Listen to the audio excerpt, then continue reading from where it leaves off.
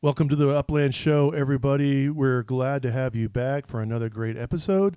Today, we're going to do some short form, maybe some education a little bit.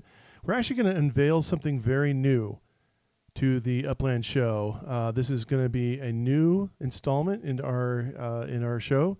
It's going to be a series where at the beginning of every month, we will unveil our recommendations for a buyer's guide for that particular month. So what that means is that we are on September 1st, 2021, and we are unveiling the Upland Show's buyer's guide in Upland for September of 2021.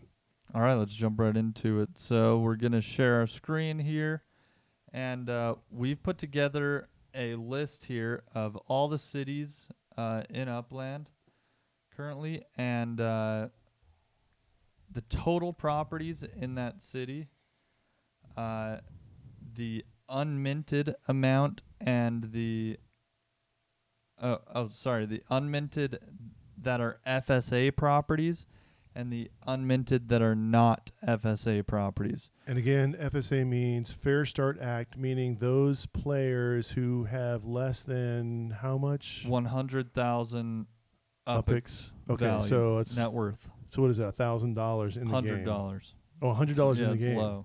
Oh, okay. So for those players who have less than $100 invested into the game, they are considered FSA. And they can buy these. Only they can buy this section here. Which we've pointed out in previous podcast episodes that those FSA properties are offered at a discount to those FSA players, which means that they can have a greater return right off the bat. Exactly. Compared to a non-FSA player. Yeah. And so our theory is that actually the less properties in a city, the faster the floor is going to rise. So for this buyer's guide, our number one suggestion is usually to focus on cities with less properties within that city. So Santa Clara is a fairly new city, but many out there may not know it's actually, by a long shot, has fewer properties than any other property or any other city in Upland. Yeah, so Santa Clara is actually unique in that it, as you point out, has fewer, it has the least amount of properties, right, than any other city that's been released in Upland. But in addition to that, the reason why Santa Clara is even more unique is not only because it has fewer properties, but because each of its properties are minted at a higher average price than the minted properties of all the other cities, which means that as the total properties of Santa Clara starts to get bought and sold, or minted and then sold, the floor price will skyrocket in that particular city, according to your theory. Yeah, because I think when there's fewer, there's less competition with resellers. And so, because you ever hear the theory of like, I learned this in my entrepreneurship class, like you go open a T-shirt booth on the beach in some tourist spot or whatever, right? And you're selling T-shirts, like you're selling them for $20 a T-shirt. Then the next week, some guy comes along, he opens a booth, he sells them for $15 a T-shirt. It's a race to zero. Assuming the T-shirts are the same thing. Yeah. Yes. Yeah. But exactly. But my point is, like, when the easier it is to get into something, right, the less barriers to entry, right. Which doesn't exactly apply, but with supply and demand, it does apply. When there's a less total amount, well, there's less supply, and in the city, if there's demand for the supply that is within that city, and the supply is limited, obviously the price is going to increase. It's basic supply and demand economics. Yeah, and most players here. Let me open up my collections here and go to Santa Clara, for example. Oh, I'm already there. So I think most players, when they're new, I think their goal is to collect this first collection in most of the cities, right? Sure. So when there's only 25,000 total and there's going to be hundreds of thousands of Upland players, like the demand for these is going to the demand for any property in Santa Clara will rise faster, in my opinion, than any other city because there's fewer properties. Right. So It's very similar to, again, I'm drawing upon my passion of cryptocurrencies. It's very similar to what happens with the price of a particular token that has a very low total supply or circulating supply. The price can skyrocket very fast. Yep. I was just researching a product that came out, or a token that came out last year, called Beefy Finance, right? Like, that is not a well-known project. However, it was, it only had 80,000 total tokens. Total supply was 80,000 tokens. And we all know that there are some tokens out there that have a supply of, hundreds of billions or maybe even quadrillions. Shiba Inu type. Yeah, exactly. Well, this one debuted in the fall of 2020 with only 80,000 potential or total tokens in supply, and the listing or the release price was $5 a token. If you dropped $5,000 on that token on that day, you would have 1,000 of those tokens, right? In 2 months, each token was worth over $1,100. Jeez. So $5 to $1,100. You could have turned $5,000 into several $1 million. Jeez. All because of this small market supply. Exactly. But it has to be a good product too, as well. I mean, yeah. It can't be like a crappy city, for example. And I think Santa Clara is actually it's a premier city. They consider it between a tier 1 and a tier 2. It's the only city they've said that about. So it's definitely a 1.5 tier. Yeah. It's definitely a high tier city with the lowest circulating supply of any other city. And by the way, as you have your spreadsheet up, as we're touting Santa Clara as having as being this product or this city with the lowest circulating supply, if you will, or the lowest or the fewest amount of properties, note that on this spreadsheet there are still 2,500 non-FSA unminted properties available, as well as 1,100 FSA properties. So if you're just getting into this game, we're saying that the September buyer's guide, get into Santa Clara, buy the cheapest property, the most amount of cheapest properties you can in Santa Clara, because the price of the floor price of all those properties are going to increase at a faster rate than other cities. Yeah, that's my theory for sure. Good call. Also, though, Cleveland would be, in my opinion, a close second to that, and then Bakersfield, just because Cleveland's going to sell out faster.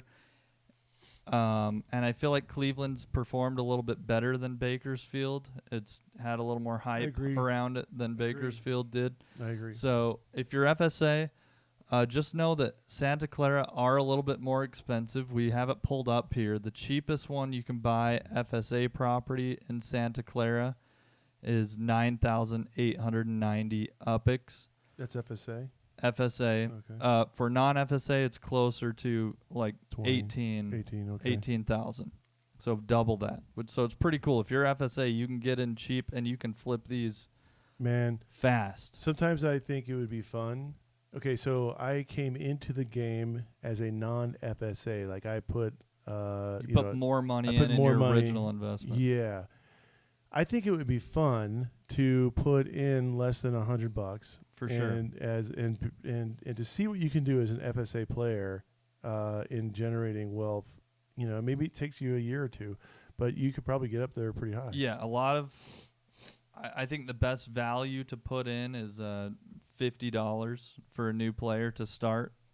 $50 with the referral bonus, so then you're starting with $75 net worth, or 75,000 UPIX, and buy up as many properties as you can. Wow, FSA. so if you put in so if you put in enough money plus the 50% referral bonus or the first time bonus, whatever that's called, and you stay under 100, that's yeah, that's better. $50 is the best price to get in if you want to stay an FSA player. Well, what if you do 60? But then Well, you you can't. really? You can't yeah, do $60? No, because it's only the referral bonus is only on a single purchase. Okay.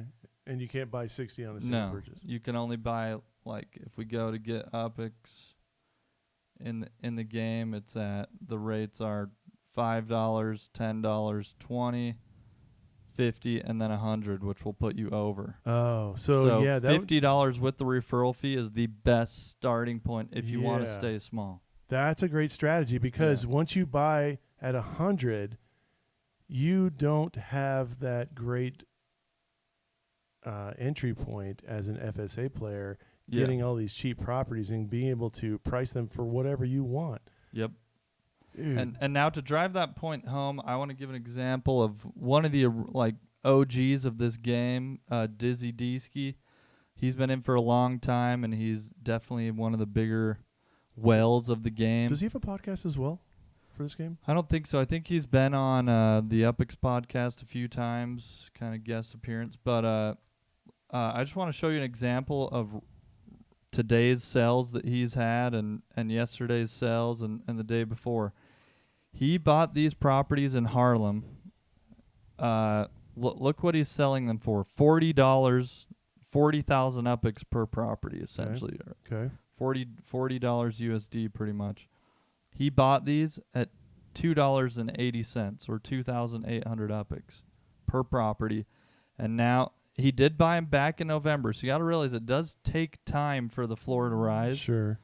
But I think Santa Clara will rise at an even faster rate than Manhattan. Well, has. not only that, the adoption rate of Upland players is increasing at a faster rate than what he experienced in November. Because back when I joined in around that same time, I was buying some Harlem as well. I didn't buy as many as he did, but I was brand new and I only had like $500 in the game. So I wasn't.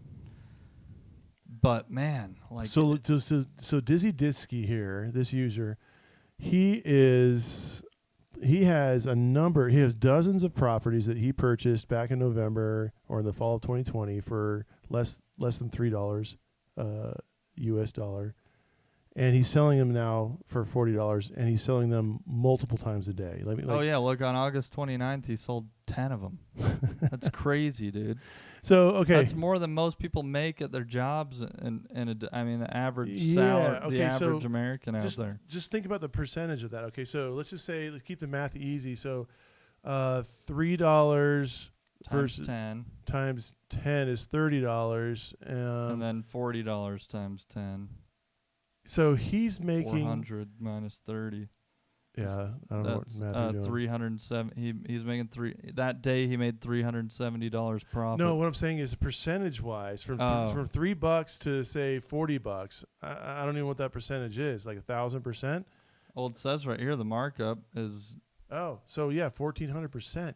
So okay, how many crypto currencies or stocks or whatever are you stoked on that may give you maybe 2x? You're like, dude, this particular stock or crypto doubled my money, yo. This guy, he's 7 times his money, like 1,400%. Like, it's insane. It's insane growth. It's actually more than 10%.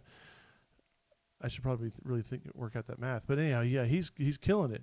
Now, the thing is that why he's successful is because, I think all of us as human beings, we want to buy something small and sell something for freaking massive amounts. Like, I sold it for $5,000. Yeah. But when you have several hundred properties that you bought at $3 and you're selling at 40, it may not sound super dramatic, but over time, what you've done is you have really exploded your wealth. Yeah. Sure. So for the September buyer's guide of 2021, our suggestion, get in on Santa Clara. Everybody, let's flood Santa Clara. Let's sell that thing out, and the floor is going to rise. We'll all be winners. Everybody who buys any property in Santa Clara, we will all be winners. And then if you're an FSA player out there, get in on Cleveland as well, and then after that, get in on Bakersfield. I think that's kind of the order I would do it if I was an FSA player. Santa Clara, then Cleveland, then Bakersfield. And by the way, use Upix World. You can go here and you can do this. You can pick a city. So let's do it for Bakersfield, for example. Bakersfield, and then you do unlocked, and then it has this filter cheapest unminted, and then we'll search,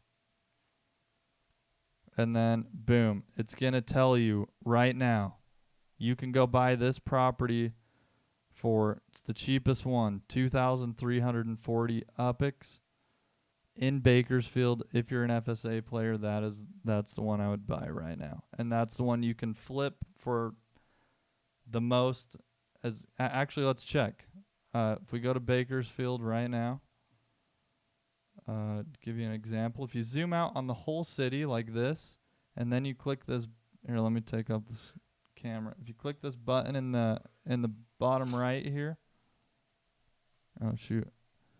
If you click the button in the bottom right here, $4. Let's see the cheapest one for Upix. 4,300 Upix is the cheapest property that can be purchased right now.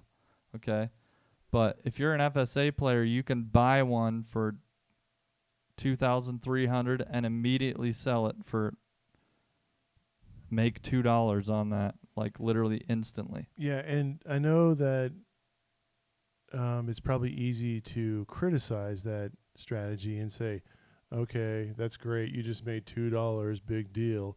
But again, over time, and it's really a numbers game, then the amount of properties that you have, that you own, and that you can start, doubling your money on each one, eventually, whatever money you've put into this game, eventually you're going to be able to take out at least 2x. Yeah. Look at Dizzy, man. He's killing it.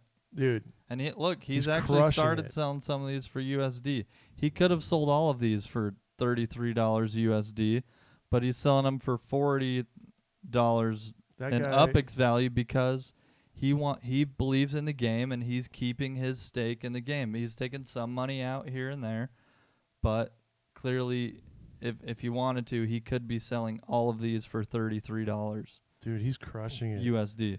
I mean, okay, this is not overnight success, but it is sustained, less risk, but yet higher gains. Like, okay, so usually if you don't want high risk, you've got to accept low gains. Well, there's no risk in Upland. You could essentially make a super stupid mistake. I've been known to make a few in this game, but for the most part, when you buy a property, well, not just for the most part, when you buy a property, there's no way that the if price. You mint it. If you mint it. If you buy one that someone listed too high, then you get screwed. But if you mint it from the game, it's for sure going up in value. Yeah, that's true. But I mean, even if you buy something that you've probably bought at a too high of a price, at least what you've invested in it is not going to go down. Yeah, exactly. It may be harder for you to sell it, but it's not going to go down. Like you can go to bed each night knowing that when you wake up the next morning, the value that you have put into Upland is not it will not have decreased. Yeah. Then with crypto, you go to bed one night and you're like, "Hey, I'm up. Things are looking good." And you wake up in the morning, everything's at the floor. You just crash. Yep. And you're like, "Oh, jeez." So that's actually the next video we'll make. How about that? Vince and I, the next video we'll put together is a buyer's guide for buying like collections that are already sold out. Which property should you buy in that collection to still have it be a good purchase? So let's put something like that together for the next one. Yeah. But anyway, what I was going to say is that so here this guy Dizzy Diskey, maybe it's taken him 6 months or 8 months, whatever it is, but the guy is 10xing his money within 8 months, and there's no risk. Now you tell me of any investment asset out there in which you can get 10 times return or 1,400% return as he's doing here within a year and have zero risk, Less except than a zero year. risk. Yep. Like, I can't think of anything. And not only that, he earned interest on all those properties while he owned them to buy more. Yeah. He earned a ton of interest while owning those. Right. Yeah, so even more than that. I mean, even the stock market, even the S&P 500, you can do really well, but you also accept some risk. Whereas this, you put your money in, yeah, it takes a little bit longer for you to get your money out. It's harder to liquidate, and it may take some time. Zero risk. And these are proven strategies that we're just showing you here that this guy's doing. And if you follow the September's Buyer's Guide from the Upland Show that we're presenting to you today, you can be a disky and also be making money. Yep. Again, it just takes some time, some patience, some dedication to the game, learning the strategies, which you can glean from this channel right here, and go out and make some serious cash. Absolutely. Thank you so much for watching. Please like this video, subscribe, share it with your friends if you enjoyed it, if it was helpful to you, and leave us a comment. Let us know your opinion. If you agree, disagree, we'd love to debate back and forth, whatever. So we will see you in the next one.